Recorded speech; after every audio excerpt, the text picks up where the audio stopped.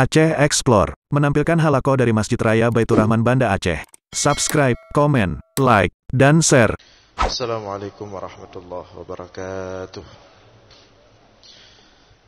Alhamdulillahil wahidil ahad, al-fardis samad, alladzi lam yalid wa lam yulad wa lam yakul lahu kufuwan ahad. Walladzi laysa kamithlihi syai'un wa huwas samii'ul basir. Allahumma salli wa sallim wa barik ala sayyidina wa maulana Muhammad alladzi da'a an-nas wa arsyadahum ila tauhid rabbil ibad. Allahumma wa ala alihi wa sahbihi ajma'in, amma ba'd. Puji beserta syukur senantiasa selalu kita persembahkan kepada Allah Subhanahu wa ta'ala, Tuhan yang esa pada zatnya, yang esa pada setiap sifat-sifatnya, yang esa pada setiap af'alnya. Tidak ada satupun makhluk yang serupa dengannya dalam bentuk apapun.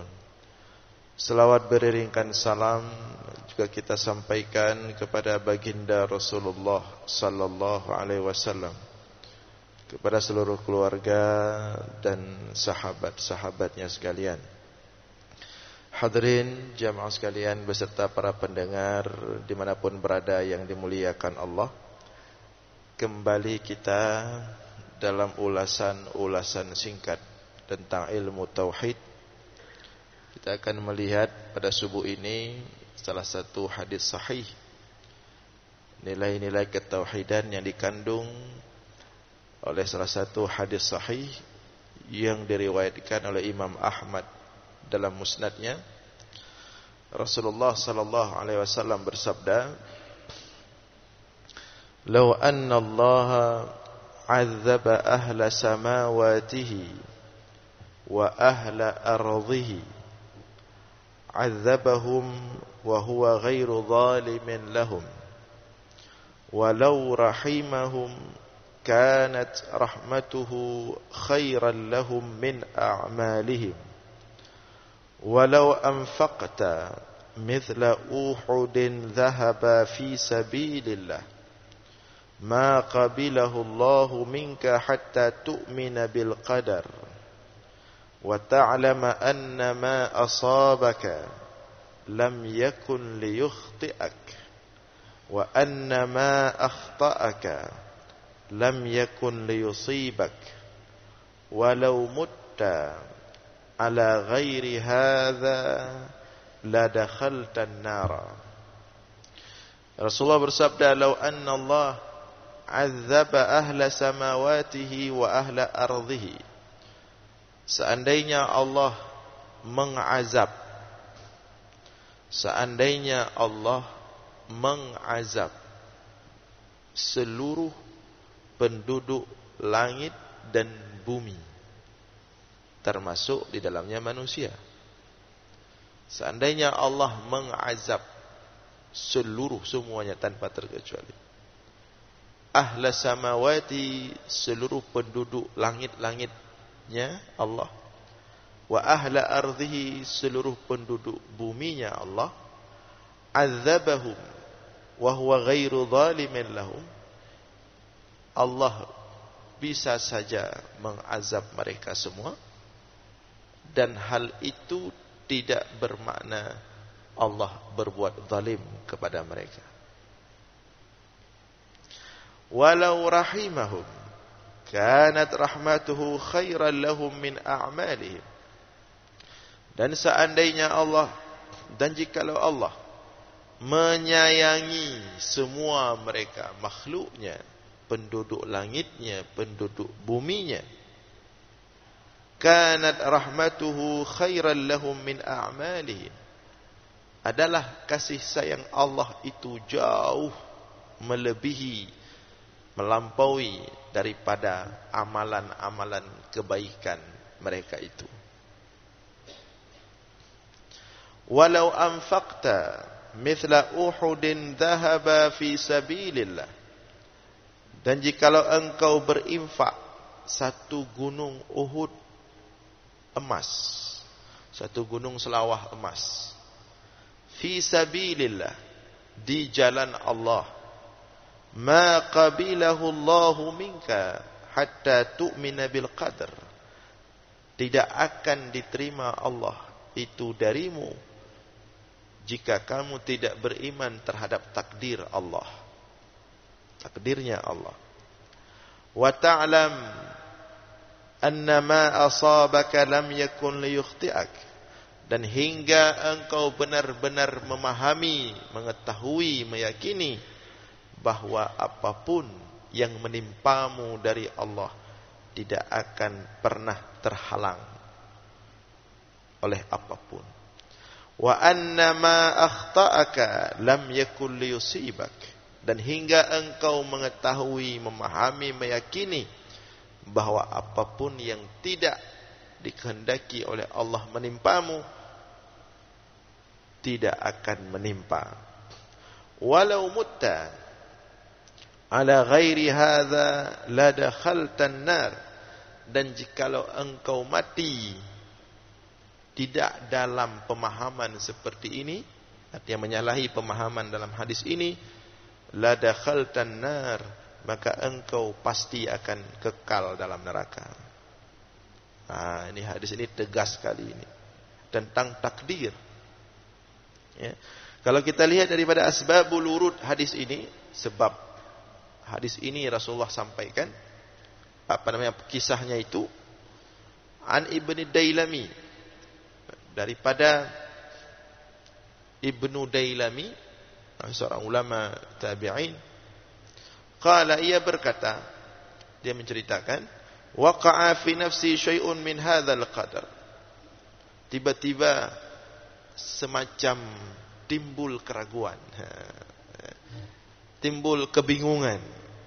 Bukan maksudnya apa ya.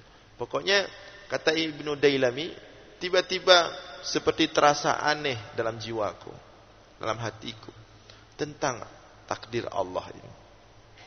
Apakah benar adanya? Apakah semua yang dilakukan oleh manusia itu sudah dalam takdir Allah? Atau manusia itu berbuat di luar takdir Allah? Apa yang mereka buat adalah apa yang mereka inginkan. Jadi pokoknya terjadi kegoncangan dalam diri Ibnu Ad-Dailami. Dan apa yang terjadi ini pada Ibnu Dailami juga mungkin terjadi pada kita atau pada siapapun manusia. Kegoncangan, kebingungan, pertanyaan-pertanyaan yang seperti kita bahas sebelumnya. Ya, waktu itu kita juga membahas pertanyaan-pertanyaan yang secara akidah menyalahi. Tapi itu mungkin saja, baik itu hal yang alami dari pikiran, bisa juga dari waswasatus syaitan atau bisikan-bisikan syaitan. Pokoknya itu bisa terjadi pada siapapun.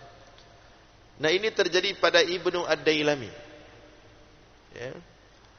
Maka karena dia seorang alim, ulama, seorang saleh, dia tidak membiarkan pikiran-pikiran seperti itu terus menggerogoti hal-hal yang sudah baik yang dia masukkan dalam jiwanya. Maka khasyitu, kata Ibnu Ad-Dailami, khasyitu ay yafsuda alayya dini wa amri.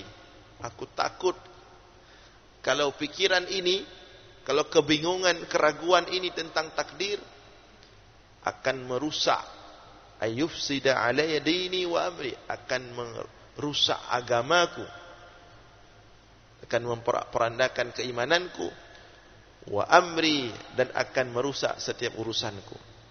Nah, jadi ternyata masalah takdir ini kalau kita tidak benarkan, tidak luruskan, kita tidak meyakininya dengan sebagaimana seharusnya, dia mengancam menghancurkan agama kita. Walaupun kita ahli ibadah, walaupun kita ahli salat, walaupun kita ahli taat, tapi kalau timbul keraguan dalam diri kita tentang takdir Allah dan kita membiarkannya, maka mengancam rusak, hancur agama kita, keimanan kita, dan setiap urusan kita di dunia dan di akhirat. Maka Ibnu Dailami tidak mau dia. Tidak mau dia biarkan lama-lama. Begitu timbul hal-hal seperti itu, tidak dia biarkan lama-lama. Fa'ataitu Ubay bin Ka'ab. Maka aku segera mendatangi Ubay bin Ka'ab, seorang sahabat. Fa'ataitu Ubay bin Ka'ab. Aku mendatangi Ubay bin Ka'ab. Faqultu, aku berkata kepada Ubay bin Ka'ab, aku bertanya, Abal Munzir, innahu qad waqa'a fi nafsi syai'un min hadzal qadar. Sesungguhnya telah terjadi keanehan dalam diriku tentang takdir. Cuma spesifik dia tidak menjelaskan, tapi arahnya memang kepada semacam keraguan. Ya, pokoknya arah ke situlah. Walaupun spesifiknya tidak dijelaskan. Dia mengatakan, ya Abal Munzir, wahai Abal Munzir, ya, lakab Ubay bin Ka'ab, telah terjadi pada diriku sesuatu yang aneh tentang takdir. Ini berbahaya. Fakhashitu ala dini wa amri, aku takut ini membahayakan agamaku dan setiap urusanku. Fahaddisni min dzalika bi syai'in la'alla Allahu ay yanfa'ani bihi. Maka oleh karena itu, sampaikanlah kepadaku sedikit penjelasan Rasulullah tentang itu sehingga bisa bermanfaat bagiku. Maksudnya, ada enggak Rasulullah pernah berbicara tentang itu, menjelaskan tentang itu? Tolong jelaskan kepadaku agar jiwaku bisa tenang, pikiranku tidak kemana-mana, dan imanku semakin kuat. Kira-kira seperti itulah maksud daripada Ibnu Ad-Dailami. Maka kemudian faqala Ubay bin Ka'ab mengatakan sebagaimana hadis yang kita baca tadi. Nah, ketika kita lihat hadisnya, "Lau anna Allah azzaba ahla samawatihi wa ahla ardihi, azzabahum wa huwa ghairu zalimin lahum." Ini ada potongan-potongan penting, ya. Yang pertama, jikalau Allah, seandainya Allah mengazab seluruh penduduk langit, wa ahla ardi, dan seluruh penduduk bumi. Sampai di situ, apakah Allah dengan demikian dikatakan zalim? Nah, ini bagi orang yang berfikir-fikir seperti itu. Bagaimana ini Allah udah diciptakan diazab? Kan ada timbul pikiran seperti itu. Ya. Masa Allah begitu? Bagaimana itu nanti ahli neraka? Dia yang menciptakannya, dia yang menciptakan perbuatannya, kemudian dia mengazabnya. Apakah Allah itu zalim?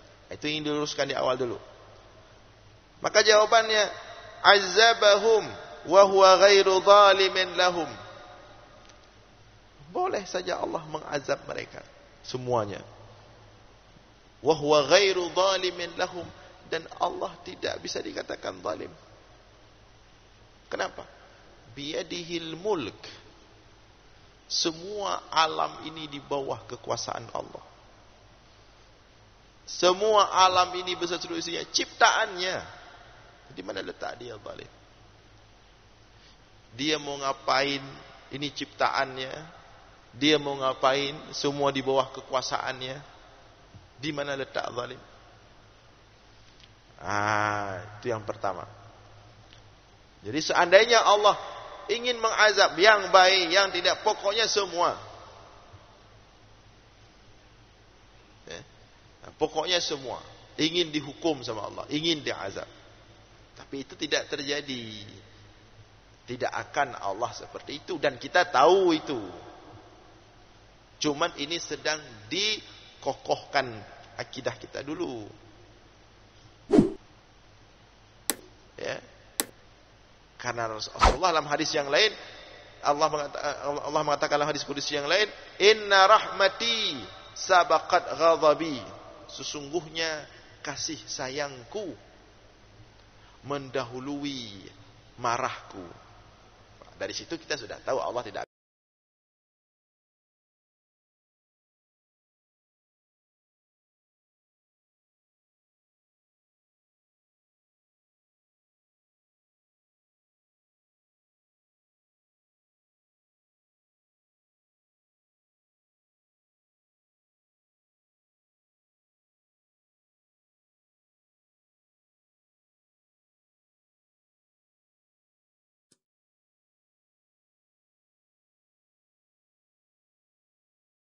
kepada Allah.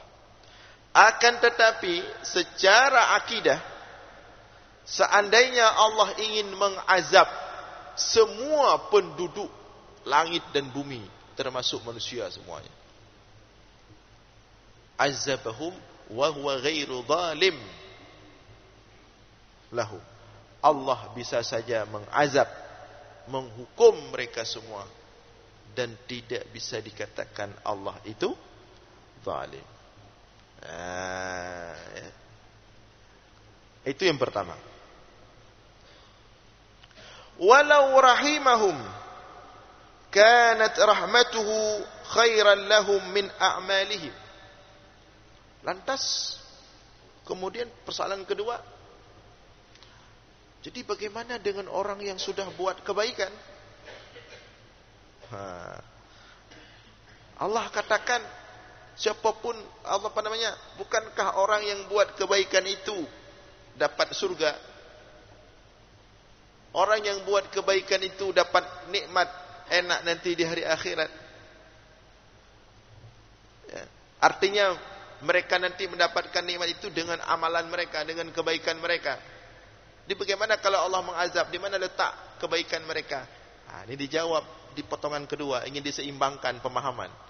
Kata Rasulullah, walau rahimahum, dan jikalaupun Allah menyayangi semua manusia itu, kanat rahmatuhu khairan lahum min a'malihim.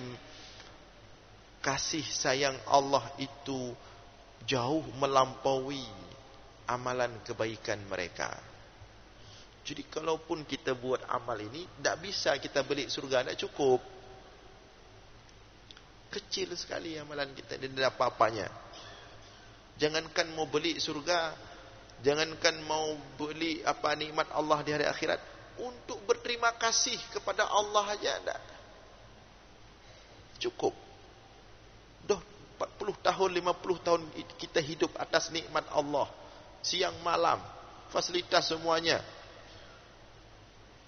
Kira-kira kalau pakai hati, pakai perasaan, dengan ibadah kita selama ini yang dikit-dikit ini, banyak dosa dengan kebaikan, udah bisa dikatakan, sudahkah kita bisa dikatakan berterima kasih kepada Allah? Jauh, apalagi mau beli surga. Berterima kasih aja belum. Kita lahir, tumbuh besar, makan, minum, punya pekerjaan, ada istri, ada anak, itu semua Allah yang kasih.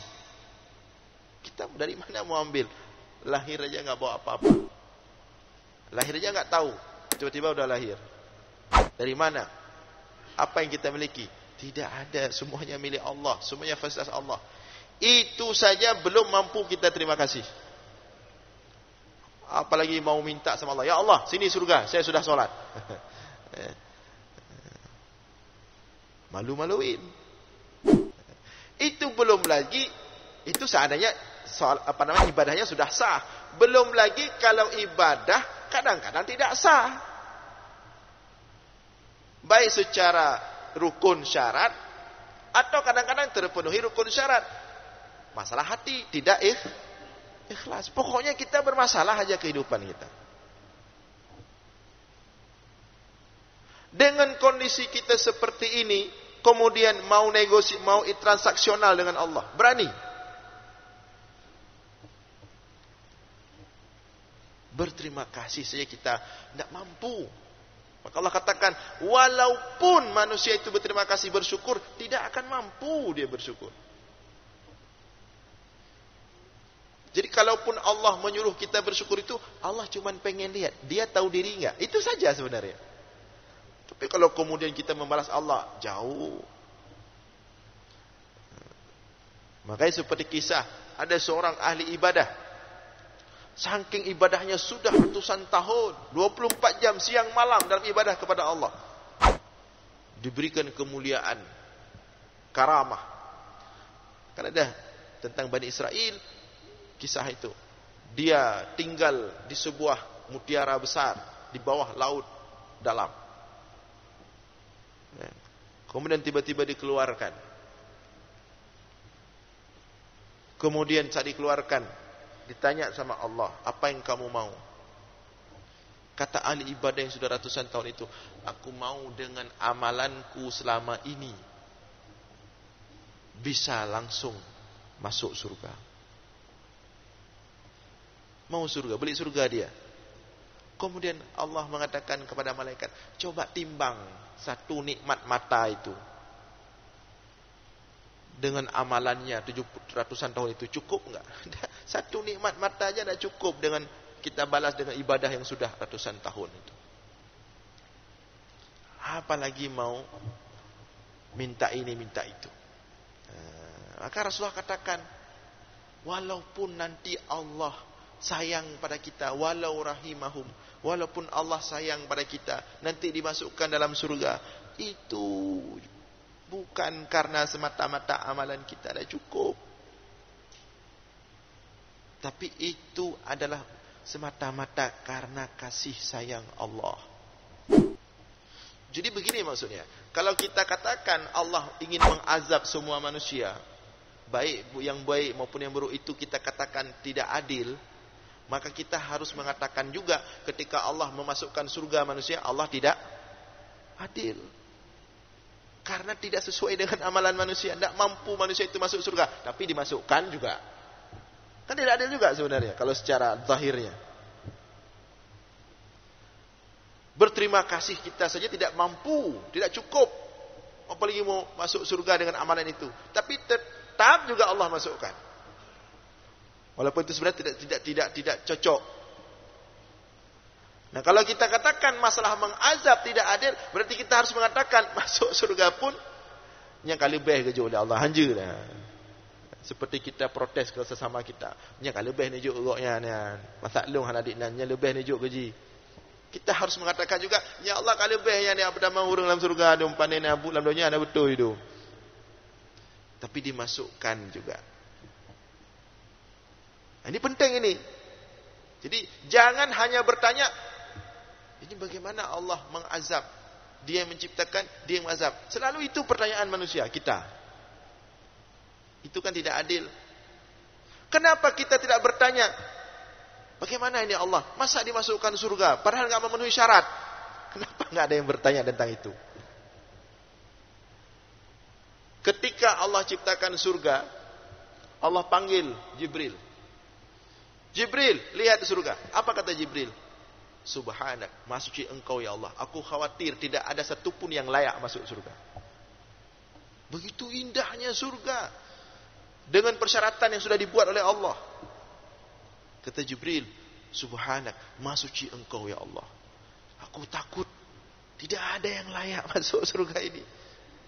Dengan Jibril membayangkan kehidupan kita manusia sehari-hari di muka bumi ini. Kotor, bernoda, suka buat apa kehancuran, tumpah darah, ribut sesama. Kata Jibril, aku khawatir ya Allah, tidak ada yang layak dapat ini. Kemudian Jibril dibawa, ini neraka.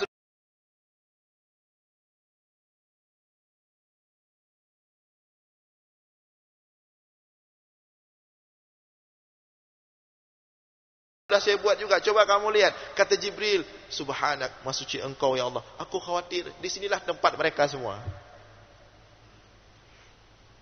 Tak ada yang bisa lolos dari sini. Jadi seimbang. Maka ingin dikatakan, di sini bukan persoalan keadilan. Keadilan Allah itu tidak bisa kita ukur dengan keadilan kita. Karena Allah ini miliknya semua ciptaannya ini. Beda dengan kita. Ketika kita menyakiti orang, orang itu bukan milik kita. Kecuali kita milik kita, kita beli barang di di pasar, kita beli pada mainan atau benda suatu benda. Kemudian kita bawa pulang ke rumah, mau kita hancurkan, mau kita potong-potong, zalim enggak? Enggak, itu yang punya kita.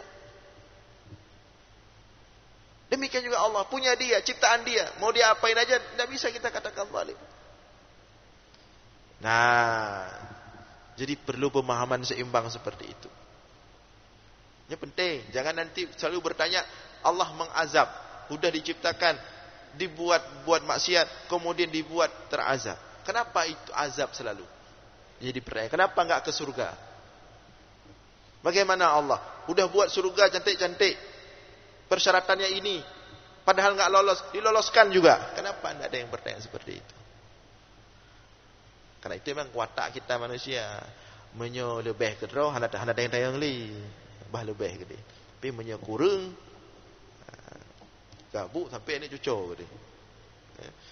Nah, ini penting keseimbangan. Maka ketika Rasulullah mengatakan seandainya Allah ingin mengazab semuanya, Allah tidak zalim. Demikian juga ketika Allah ingin memasukkan surga semuanya. Itu juga bukan karena amalan mereka. Tapi karena memang Allah ingin memasukkan mereka dalam surga. Karena cinta kasih sayangnya, rahmatnya. Ya. Maka di sini tertolak pemahaman Mu'tazilah. Ini kita Asy'ariyah. Kalau Mu'tazilah begini dia. Mu'tazilah, Allah wajib memasukkan surga bagi yang beramal.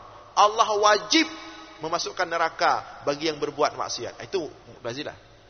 Dia main kali-kali dengan Allah. Dia main hitung-hitung dengan Allah. Dia jelas-jelas langsung. Karena dia pakai akal semata-mata. Tidak terima dia yang model-model seperti ini ya. Dia langsung petu. Ya. Kata Mu'tazilah, siapapun yang buat kebaikan, Allah wajib balas. Siapapun yang buat tidak baik, Allah wajib menghukumnya. Mu'tazilah mewajibkan Allah dengan pola pikir dia. Begitu kecil akalnya itu dibandingkan ciptaan Allah yang begitu besar. Berani dia mempetu Allah. Nah, itu Mu'tazilah. Kalau kita Asy'ariyah tidak seperti itu. Kenapa kita, apakah kemudian kita berarti tidak pakai logika? Pakai, kita pakai akal. Tapi ingat, jangan hanya ketika manusia dihukum saja kita fungsikan akal kita. Ketika manusia dihukum baru kita fungsikan, oh tidak adil ini. Tapi ketika manusia diberikan kelebihan, dikasihi, disayangi, dimasukkan ke dalam surga, kenapa akal kita tidak fungsi? Maka akidah Asy'ariyah, wa ayyu'adzibhum fa bimahdhi adlih. Apabila Allah ingin mengazab manusia itu, itulah keadilan Allah. Itu milik dia, sesuka dia. Wa ayyuthibhum, dan apabila Allah ingin mengasihi mereka, menyayangi mereka manusia, fa bimahdhi fadlih, itu murni karena karunia Allah. Itu akidah Asy'ariyah. Wa ayyu'adzibhum fa bimahdhi adlih wa ayyuthibhum fa bimahdhi fadlih. Seandainya Allah mengazab semua manusia itu, itulah keadilan Allah. Karena memang miliknya, suka hati dia. Tapi wa ayyuthibhum, apabila Allah membalas manusia dengan kebaikan, memberikan nikmat, memberikan surga, itu bukan karena amalan, tidak cukup. Malu kita. Ya. Fa bimahdhi fadlih, itu murni karena karunia Allah. Maka kita pun jangan kepedean nanti. Jangan, walaupun mungkin ya, mungkin karena Rasulullah mengatakan setiap yang bersedekah akan dikembalikan, dilipat gandakan. Tapi jangan kepedean. Ini penting, akidahnya sampai ke situ nanti. Jangan nanti kita sedekah 10 ribu di pagi hari. Nah, sedekah 10 ribu. Nanti siap Jumat, pagi Jumat kita sedekah 10 ribu. Siap Jumat, tiba-tiba datang orang dikasih 1 juta ke kita. Kemudian kita dengan PD-nya, ini sepertinya kebaikan saya yang 10 ribu dari pagi. Tidak. Sok merasa, oh ini saya sudah, ini 10 ribu saya tadi. Tidak. 10 ribu kita itu belum, yang bayar yang sebelumnya aja belum, jauh sekali apalagi untuk dibalas. Jadi yang 1 juta itu murni karena kasih sayang Allah. Jangan terlalu langsung pede. Jadi ini penting. Memang Allah memotivasi kita. Karena kita manusia lemah. Khuliqal insanu dha'ifa, kita lemah. jiwa, mental lemah, perlu dimotivasi. Bagaimana dimotivasinya? Kalau bersedekah segini, pahalanya segini. Kalau sholat, pahalanya segini. Semua main pahala semua. Karena kita manusia lemah, butuh motivasi. Tapi ketika hal-hal kebaikan kita dapatkan, jangan langsung pede merasa itu karena kebaikan yang kita lakukan. Ini penting ini. Jadi walaupun sudah sedekah 10.000, tiba-tiba siap Jumat dapat 1 juta, alhamdulillah, ini murni kasih sayang Allah. Jadi, tapi kalau kita kembalikan gara-gara 10.000 tadi pagi, berarti yang kita puji bukan Allah, diri kita sendiri. Itu udah menganggap diri baik, udah menganggap diri suci. Nah, ini halus. Tapi beginilah tauhid sebenarnya. Semuanya itu kita kembalikan kepada Allah. Dan yang 10.000 tadi kita sedekahkan itu bukan untuk menunggu balasan, tapi sebagai syukur kita kepada Allah. Walaupun itu tidak ada apa-apanya, maka beribadahlah kepada Allah sebagai bentuk syukur. Kenapa saya salat? Saya mau berterima kasih sama Allah, banyak sekali nikmat. Ternyata dengan salat dapat nikmat lain. Itu murni kasih sayang Allah, bukan karena salat kita hari ini. Begitu caranya. Jadi jangan ada kita di situ, Allah saja. Jangan semua saya, semua kita. Udah buat baik, merasa baik. Kemudian dari buat baik itu ada dapat kebaikan, merasa karena kebaikannya tadi. Terus ego sekali kita manusia. Pokoknya semuanya harus karena kita. Tauhid ingin dihilangkan itu semua. Jadi makna semuanya untuk Allah itu dari kita berbuat sampai balasan yang kita terima, semuanya memang kasih sayang Allah. Tidak ada apa-apanya kita ini. Nah, maka kalau pandangannya seperti ini, baru dapat. Ya, kalau Allah mau azab, yaitu keadilan Allah. Itulah hakikat kekuasaan yang sebenarnya, kepemilikan yang sebenarnya. Justru kalau Allah tidak bisa mengazab, justru itu yang mengurangi kebesaran Allah. Yang seperti nanti akan kita jelaskan juga itu. Seperti Allah mengatakan, huwallazi khalaqakum wa ma taf'alun. Dialah Allah yang telah menciptakan kalian dan apa yang kalian lakukan. Semua itu Allah yang kendalikan. Ada yang protes, oh berarti kalau begitu kita buat maksiat, Allah yang atur juga. Kenapa cepat kali ke situ? Maka bagata kenal le. Nampak sekali kita ahli maksiat. Seperti orang ceramah. Atau kali ceramah katepeh dah yo. Bagata kena sindir kita. Padahal bukan itu maksudnya. Ketika Allah mengatakan huwallazi khalaqakum wa ma taf'alun, dialah Allah yang telah menciptakan kalian dan apa yang kalian lakukan semuanya. Artinya apa yang terjadi di alam ini di bawah kendali Allah, takdir Allah. Apa maksudnya? Maksudnya adalah seperti itulah yang sebenarnya kekuasaan penuh. Coba kita bayangkan, seandainya ada kejadian di alam ini, Allah tidak tahu sebelumnya. Apakah dikatakan Allah pemilik kekuasaan penuh? Tidak. Beda dengan wali kota. Contoh, ya. Misalnya wali kota Banda Aceh. Dia nggak tahu apa yang terjadi malam ini di sana, di sini. Apakah itu aneh? Tidak aneh. Dia kan manusia. Malam ini di sudut sana kejadian seperti ini. Malam kemarin di pojok sana kejadian seperti ini. Itu nggak masalah. Tidak mungkin dia berkuasa penuh 24 jam dia tahu semuanya. Tapi kalau Allah tidak tahu ada kejadian di alamnya, ciptaannya ini, walaupun sekecil zarah, Allah tidak tahu. Masalah nggak? Masalah serius. Tuhan pencipta pemilik alam ini tidak tahu ada kejadian sesuatu di alam ini. Masalah serius itu. Maka makna Allah katakan huwallazi khalaqakum wa ma taf'alun, dialah Allah telah menciptakan kalian dan apa yang kalian kerjakan. Artinya semua yang terjadi di alam ini sudah dalam settingan Allah, tidak mungkin di luar pengetahuan Allah. Jadi tidak mungkin nanti kejadian itu tidak ada setting seperti itu. Kacau itu teori ketuhanannya. Itu makna ayat itu. Jadi jangan datang kita, justru yang kita protes, kalau begitu saya buat maksiat, Allah yang kehendaklah. Itu itu apa namanya ya? Terlalu kecil. Yang menggampung dah ya. Tinggal pegang masalah raya itu ya ubud je dah midai. Sedang dibangun pemahaman besar tentang bahawa apa yang terjadi di alam ini tidak ada yang di luar kendali Allah, sedang dibangun pemahaman itu yang besar. Datang kita cari-cari yang kalau begitu saya buat maksiat, tidak apa-apalah, kan Allah juga yang tidak ke situ. Nah, jadi beginilah cara kita meluruskan tentang takdir.